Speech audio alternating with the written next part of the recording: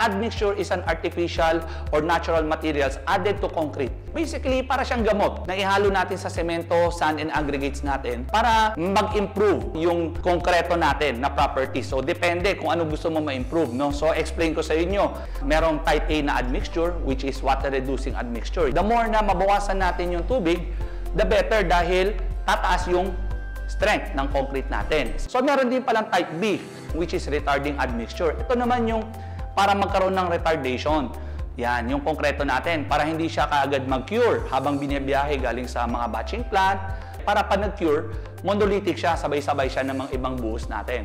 Meron ding type C, which is the accelerating mixture. So, early curing or early strength, yan ang ginagamit sa accelerating admixture. Lalo na pag gumagawa ka ng mga precast or mga columns or beam na gusto mo tanggalin yung mold, so makakatulong ito. So, meron ding type D. Ito yung water-reducing and accelerating admixture. So, ibig sabihin, mas nagkakaroon siya ng early strength, early curing. Ayan. Type E naman, admixture. Ito naman yung high-range water-reducing admixture. Ayan. And then, meron din yung type F na high-range water-reducing and retardation. Pambiyahe ng galing sa mga batching plant. So, at least medyo naintindihan na natin yung konti, no? Yung konkreto at saka yung admixtures.